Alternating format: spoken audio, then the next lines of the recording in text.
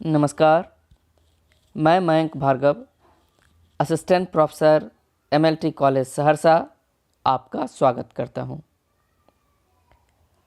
आज हम लोग तुलनात्मक आलोचना पर संवाद करेंगे। आज की चर्चा जिस प्रकरण पर केंद्रित है वह स्नातकोत्तर हिंदी के सेमेस्टर 4 पत्र 16 का अंश है। इसके पूर्व हम लोगों ने आलोचना के विभिन्न प्रकारों का अध्ययन किया है। आज तुलनात्मक आलोचना पर विशेष रूप से संवाद होगा।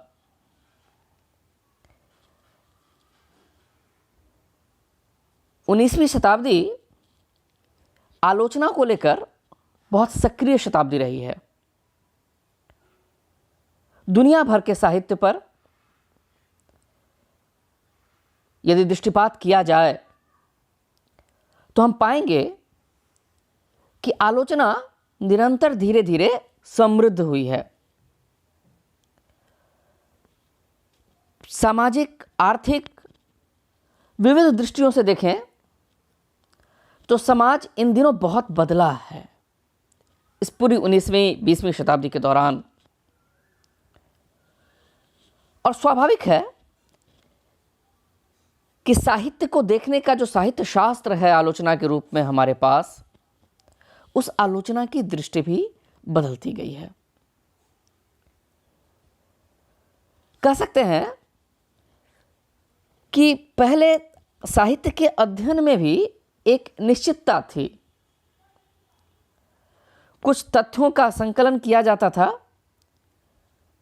और माना जाता था कि इन तथ्यों के उपयोग से आलोचना का विशाल महल खड़ा हो जाएगा। बाद में चलकर साहित्य के वस्तुनिष्ठ अध्ययन के उद्देश्य से तुलनात्मक आलोचना विकसित हुई और इसके हिमायतियों में एक प्रमुख नाम आता है रेन वेलेक का, जिनकी किताब भी है कॉन्सेप्ट ऑफ क्रिटिसिज्म। उस किताब में उन्होंने लिखा है कि तुलनात्मक साहित्य अब एक स्थापित पारिभाषिक शब्द बन गया है।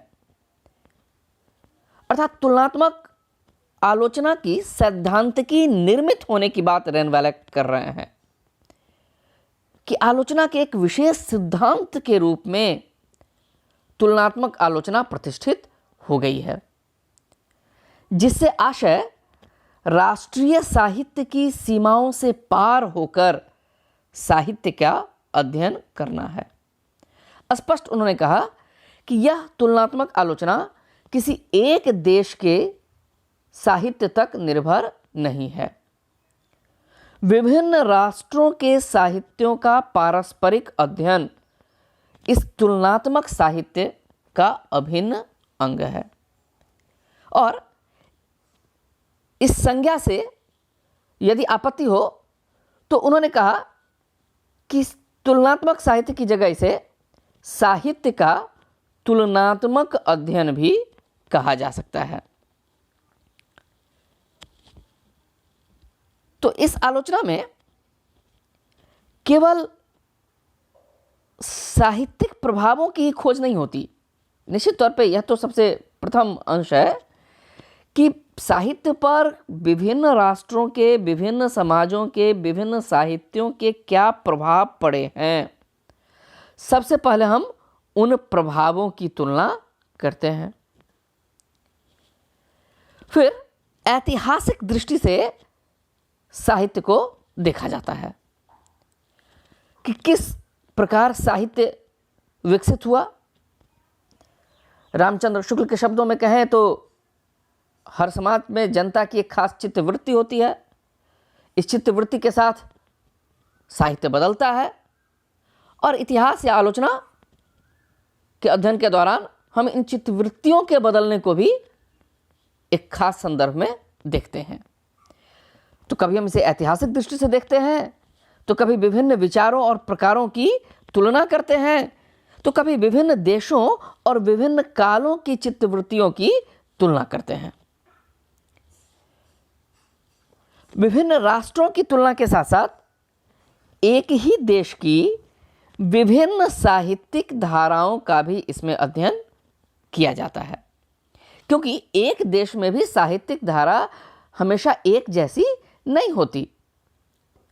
तो विविध राष्ट्रों की सीमाओं को पार करके तो तुलनात्मक आलोचना बढ़ती ही है, साथ ही एक ही देश की जो साहित्यिक धाराओं में विविधताएं हैं, उन विविधताओं का भी अध्ययन तुलनात्मक आलोचना के अंतर्गत आता है। स्पष्ट है कि तुलनात्मक साहित्य की विषय वस्तु केवल किसी साहित्य के विदेशी प्रभावों का अध्ययन नहीं है। इस बात को समझना आवश्यक है, क्योंकि जब रेनवेलक कह रहे हैं कि तुलनात्मक आलोचना एक खास सैद्धांतिकी के रूप में स्थापित हो चुकी है, तो इस स्थापित होने के पीछे एक संघर्ष रहा है। इस पारिभाषिक शब्द को स्थापित करने के विविध आयाम रहे हैं। आज हम जिसे तुलनात्मक आलोचना कह रहे हैं, उस शब्द के पीछे भी कई प्रकार की धारणाएं हैं।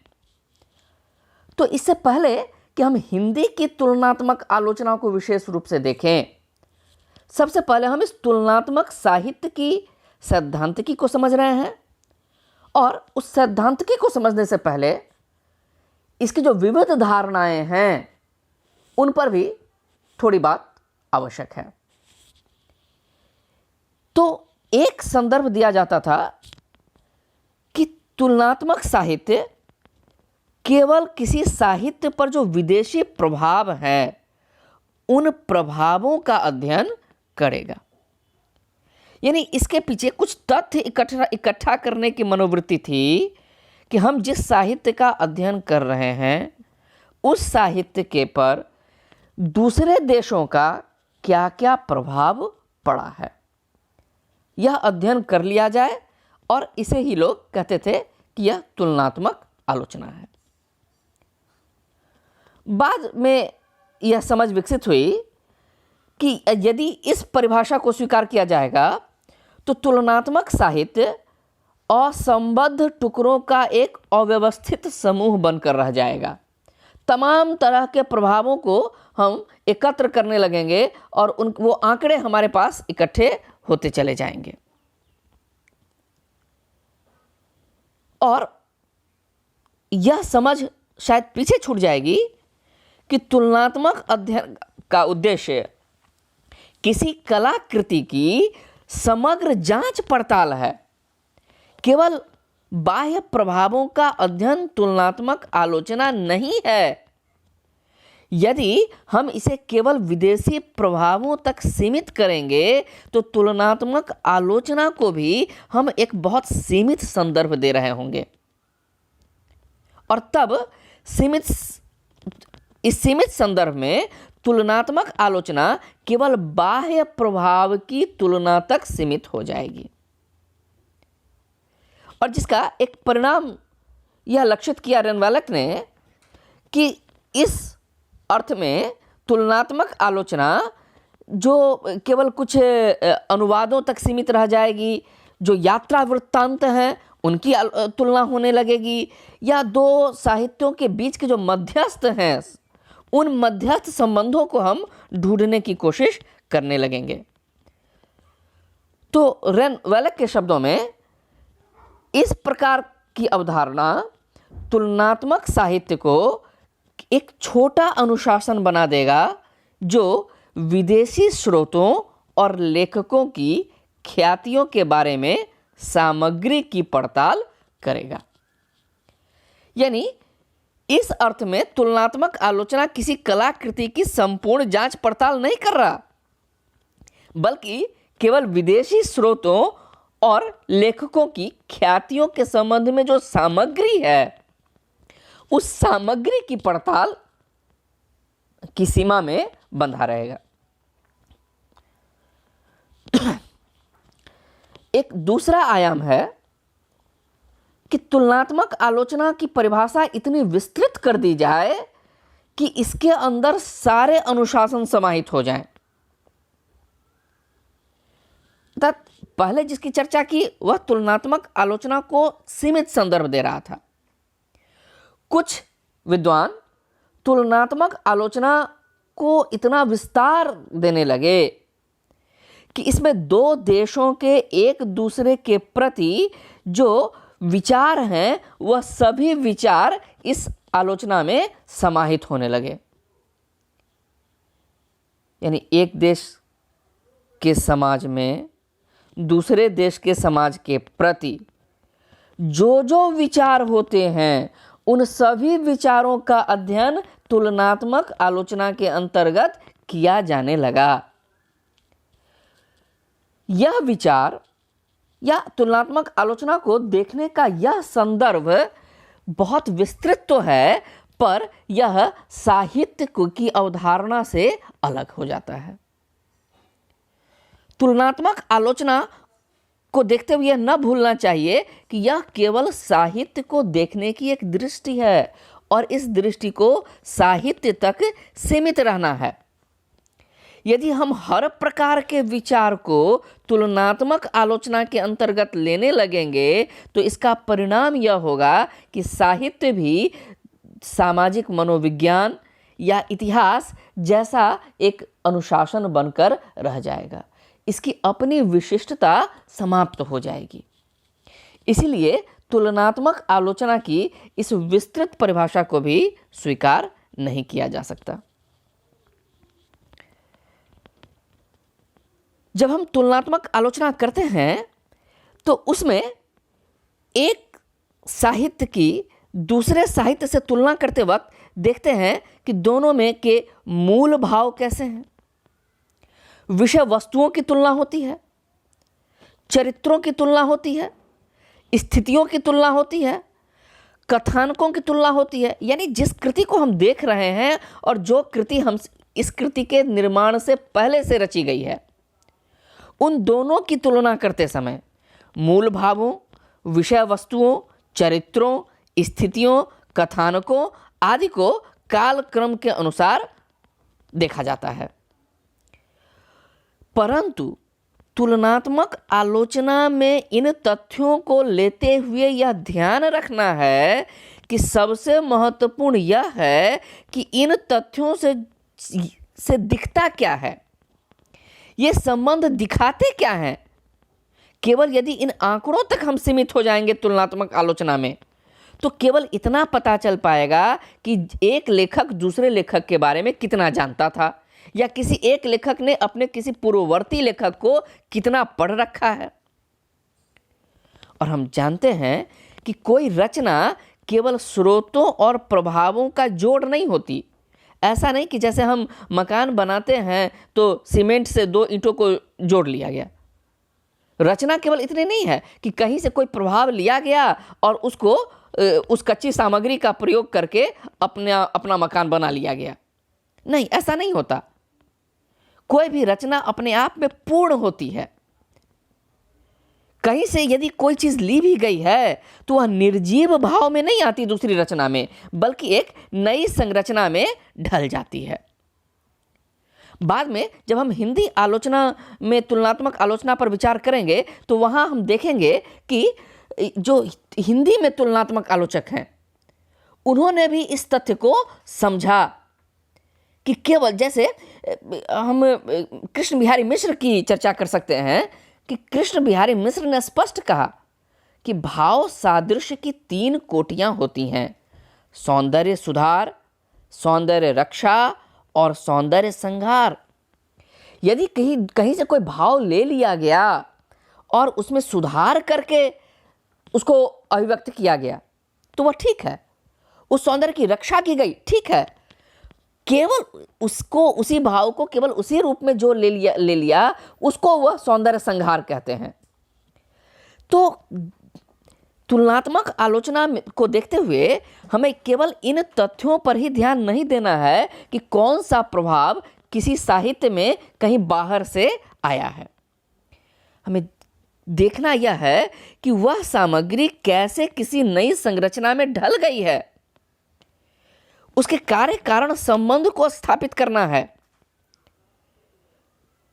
और यदि यह न हुआ तो हम किसी कृति को उसकी समग्रता और अर्थवत्ता में नहीं देख पाएंगे। जब हम केवल स्रोतों और बाह्य प्रभावों तक सीमित रहेंगे तो उन प्रभावों से जब हम तुलनात्मक आलोचना करेंगे तो किसी कृति की समग्रता एवं अर्थवत्ता को नुकसान पहुंचेगा। तुलनात्मक आलोचना का एक और आयाम है जिसके द्वारा दो समाजों के वैयक्तिक और सामूहिक मनोविज्ञान का भी अध्ययन किया जा सकता है। कज़ेमिया ने यह विचार दिया था कि साहित्य की तुलनात्मक अध्ययन के द्वारा हम परस्पर मनोविज्ञान की तुलना कर सकते हैं, चाहे वह वैयक्तिक मनोविज्ञान हो या पूरे समाज का सामूहिक मनोविज्ञान।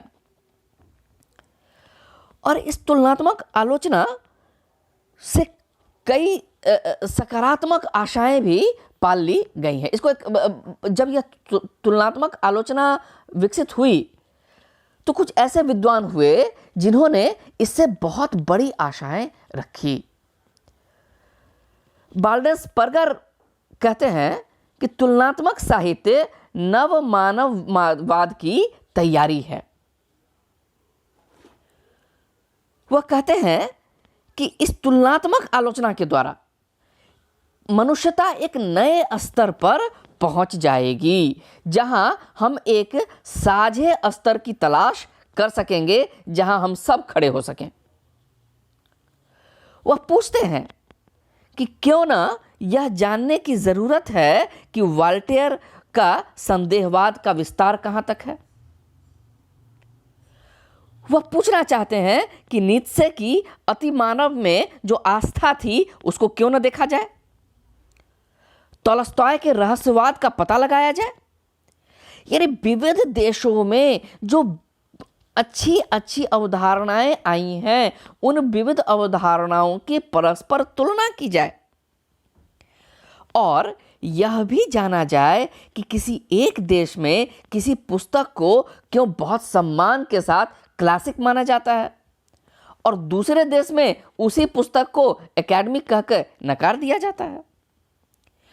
क्यों कोई रचना किसी देश में प्रशंसा प्राप्त करती है और वही रचना किसी दूसरे देश में नकार दी जाती है।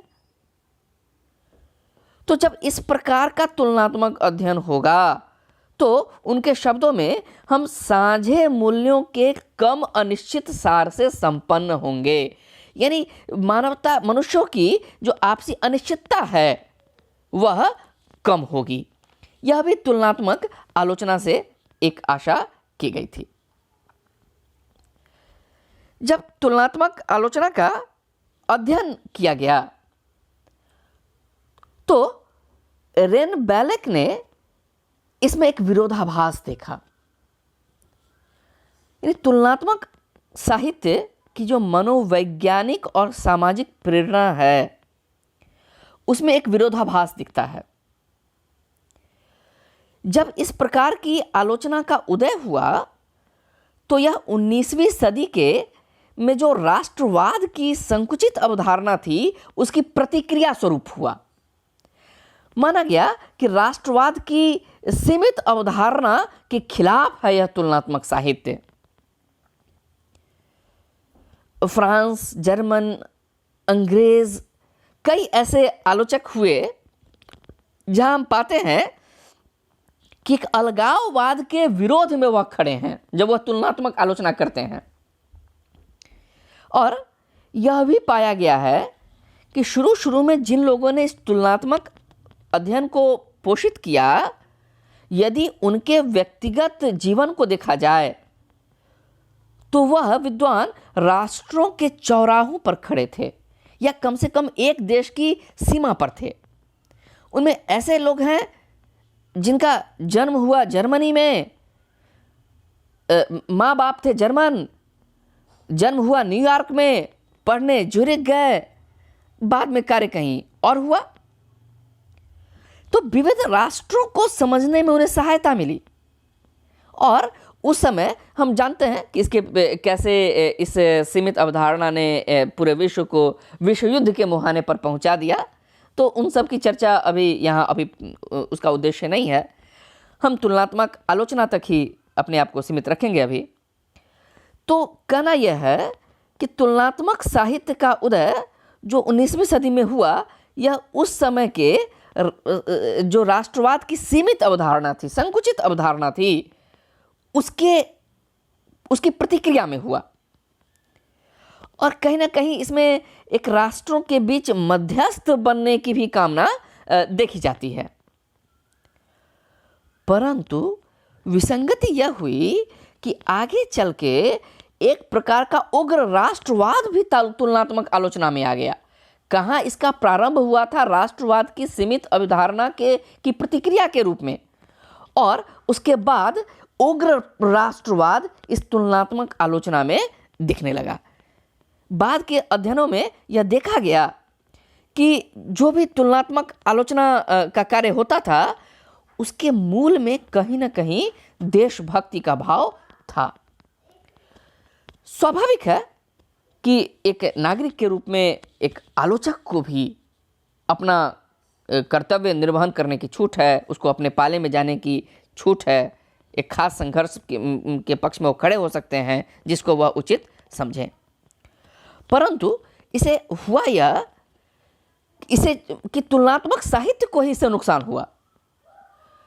रूस में जो राजनीतिक सिद्धांतवादी थे, उन्होंने एक जमाने में तुलनात्मक साहित्य को वर्जित घोषित कर दिया गया, क्योंकि पश्चिम में पुष्किन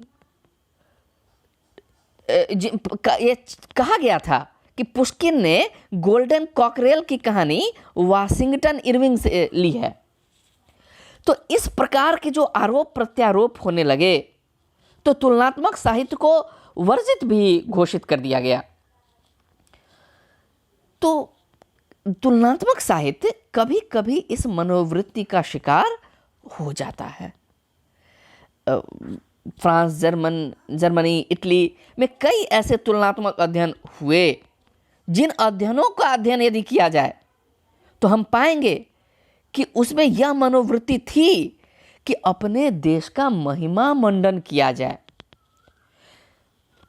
जो भी अध्येता तुलनात्मक अध्ययन करता था, उसके मन में रहता था कि यह साबित किया जाए कि उसके देश ने दूसरे देशों पर ज़्यादा से ज़्यादा प्रभाव डाला है। यानी अपने देश के सांस्कृतिक विरासत को बढ़ा चढ़ाकर देखने की प्रवृत्ति भी तुलनात्मक आलोचना में दिखाई देने लगी।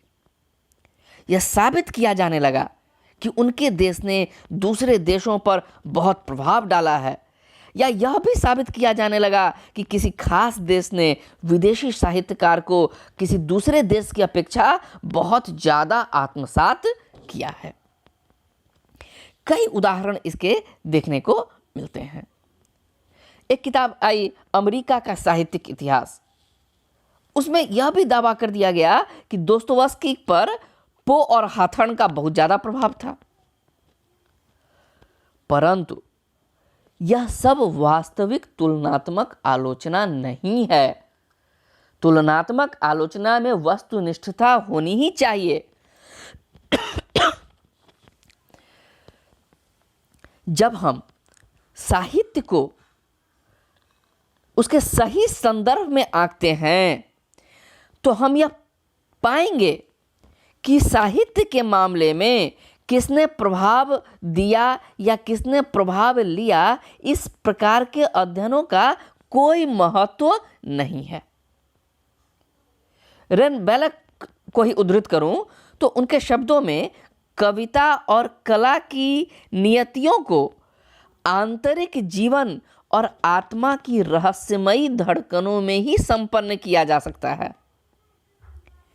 इस पर किसी के प्रभाव की बात करना और यह बढ़ा चढ़ाकर दिखाना कि यह साहित्य वहाँ की नकल है, यह न साहित्य के साथ न्याय होगा, न ही तुलनात्मक आलोचना के साथ। प्रोफेसर चिनार्ड ने घोषणा की कि साहित्यों की तुलना में उधार की बात नहीं होती। ये नहीं कि जैसे जीवन में किसी देश ने किसी से कुछ उधार लिया, किसी व्यक्ति ने किसी से उधार लिया, साहित्य कहीं से कुछ उधार ग्रहण नहीं करता, न ही साहित्यिक अध्ययनों में इस प्रकार की बात होनी चाहिए। और रेबेलियस ने भी कहा कि आदर्श संसार लेनदारों और देनदारों के बिना होता है। साहित्य का भी वह संसार ही आदर्श है जहां इस प्रकार की कोई बात नहीं होती है, क्योंकि हर साहित्य अपने आप में एक कलाकृति होता है और जो दूसरे प्रभाव लिए गए हैं वह भी एक नई संरचना में ढलकर आते हैं। तुलनात्मक आलोचना की जब बात होती है तो इसमें एक और आपत्ति महत्वपूर्ण है जिसे देखना चाहिए। फ्रेडरिक ने कहा था कि तुलनावादियों को अन्य क्षेत्रों में दखल देने का साहस नहीं करना है, और जोर देकर कहा उन्होंने कि और ये दखल नहीं दे सकते। एक दृष्टि से एक सीमा तक अगर देखें तो इस बात में कुछ तो सार है ही, क्योंकि हर साहित्य विशेषज्ञ की मांग करता है।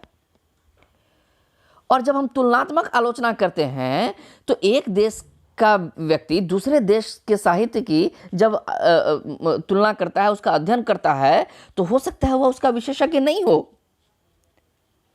और हम जानते हैं कि साहित्य सहृदय की मांग करता है, एक खास प्रकार के विशेषज्ञता की मांग करता है।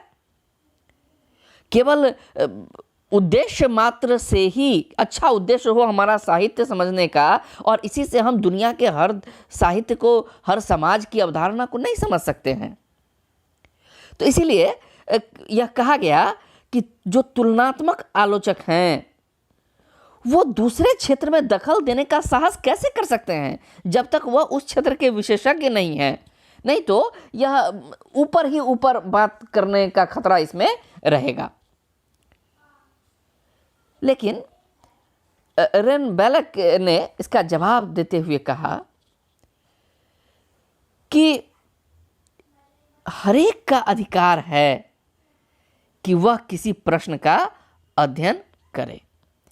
यानी अगर हम विशेषज्ञ नहीं भी हैं तो फिर भी यह हमारा अधिकार है कि हम किसी प्रश्न का अध्ययन करें। यह दूसरे के क्षेत्र में अनधिकार घुसने की कोशिश नहीं है, क्योंकि साहित्यिक अध्ययन में कभी किसी का मालिकाना अधिकार नहीं है कि नहीं ये तो हमारे अधिकार की बात है, हम दूसरे को इसमें घुसने नहीं देंगे। विशेषज्ञता के नाम पर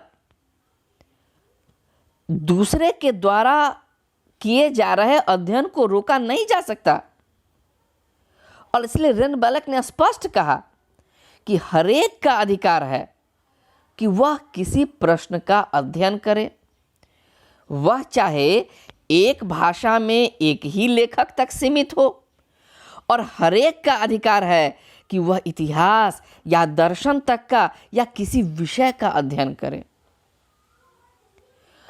विशेषज्ञों के द्वारा आलोचना हो सकती है, पर उन्होंने कहा कि नहीं, तुलनावादियों को, तुलनात्मक अध्ययन करने वालों को यह खतरा मोल लेना होगा। और उन्होंने तो आगे बढ़कर कहा कि विशेषज्ञों की मान्यता को बहुत बढ़ा चढ़ाकर दिखाया जाता है। तुलनात्मक आलोचना एक गतिशील आलोचना है, इसलिए यह उन क्षेत्रों में भी प्रविष्ट करती है जहां से इसे किसी साहित्य का अध्ययन करने के लिए जहां इसका जाना अभिष्ट होगा। एक आदर्शात्मक व्यापकता है तुलनात्मक आलोचना में, और इसीलिए हम बाड़ेबंदी नहीं कर सकते साहित्य की। ऐसा नहीं कि जैसे खेत में दूसरे को घुसने से रोकने के लिए हम बाड़ा बना लेते हैं, वैसे ही साहित्य में बाड़े बना खड़े कर दिए जाएं कि नहीं, कोई दूसरा इसका अध्ययन करने के लिए नहीं आ सकता। तुलनात्मक आलोचना करने वाले अपनी गतिशीलता के कारण और आदर्शात्मक व्यापकता के कारण हर प्रकार के साहित्य का अध्ययन करना चाहते हैं, और वह करते हैं इस प्रकार का अध्ययन ताकि वस्तुनिष्ठ ढंग से समग्रता में किसी रचना का मूल्यांकन हो सके। तो इससे स्पष्ट है कि तुलनात्मक आलोचना केवल तथ्यों की तुलना तक ही सीमित नहीं है। इसमें वस्तुतः मूल्यों और गुणों की तुलना ज्यादा महत्वपूर्ण है। जब हम किसी साहित्यकार का नाम लेते हैं कि ए ने बी को प्रभावित किया, बी ने सी को प्रभावित किया, तो इस प्रकार के कथन से पूर्व परंपराओं के संदर्भ का ज्ञान आवश्यक है। जब भी हम तुलना करते हैं तो दो साहित्यों की जो विविध परंपराएं हैं उनके संदर्भ से हम परिचित होते हैं। उसके बाद उस साहित्य का विश्लेषण करते हैं, और तब जिन मूल्यों को हम अलगाते हैं उनको अलगाने की क्रिया भी बहुत आवश्यक है। और इस प्रकार एक आलोचनात्मक दृष्टि के साथ तुलना करते हैं, विश्लेषण करते हैं, विविध मूल्यों को एक दूसरे से अलग करते हैं, यानी निर्णय की मंजिलों पर पहुंचते हैं। और जो आमतौर पे इतिहास और आलोचना में भेद किया जाता है, तो जब भी कोई इतिहास लिखा जाता है तो उसमें तुलनात्मक आलोचना तो स्वयंमेव आ जाती है, क्योंकि हम जानते हैं कि किसी भी साहित्य के किसी इतिहास को ले लिया जाए तो वह किसी न किसी अर्थ में चयनात्मक होता है। हिंदी में जब रामस्वरूप चतुर्वेदी ने हिंदी साहित्य और संवेदना का विकास लिखा तो उन्होंने स्पष्ट तौर पे कहा कि इसमें जिन रचनाकारों को स्थान दिया गया वह यह चयनात्मक है। अब इस चयन के मापदंड अलग अलग हो सकते हैं। रामस्वरूप चतुर्वेदी पे बहुत आरोप लगा कि उनके साहित्यिक इतिहास में त्रिलोचन का स्थान नहीं है, तो इस चयन के मापदंड पर चर्चा हो सकती है, परंतु ये जो चयन के सिद्धांत होते हैं उसके आधार पर ही कोई इतिहासकार अपने ग्रंथ में किसी रचनाकार को जगह देता है या नहीं देता है। तो स्वाभाविक है कि वह तुलनात्मक आलोचना करता है। जाने अनजाने कई साहित्यिक इतिहासकार तो अपने आप को तुलनात्मक आलोचक नहीं कहते हैं, पर वह जाने अनजाने इन सिद्धांतों का प्रयोग करते हैं, क्योंकि वह चयन के सिद्धांत के आधार पर ही अपने ग्रंथ की निर्मिति करते हैं। वह चरित्र चित्रण करते हैं और एक रचना की दूसरे से मूल्यांकन होता ही है उसमें। इसलिए तुलनात्मक आलोचना साहित्यिक इतिहास के लिए भी बहुत महत्वपूर्ण अवधारणा है, जिसमें दो से ज़्यादा एक समूह का, रचना के समूह का वर्णन, विवेचन और मूल्यांकन होता है और फिर इतिहास के लिए उसे उपलब्ध कराया जाता है। इस प्रकार हम देखते हैं कि तुलनात्मक आलोचना से साहित्यिक अध्ययन संबंधी सच्ची वस्तुनिष्ठता प्राप्त की जा सकती है, यदि सही अर्थ में लिया जाए। इसकी सीमाओं को भी हमने देखा, इसकी विशेषताओं को भी हमने देखा। तो यदि सही दृष्टि से तुलनात्मक आलोचना का उपयोग किया जाए,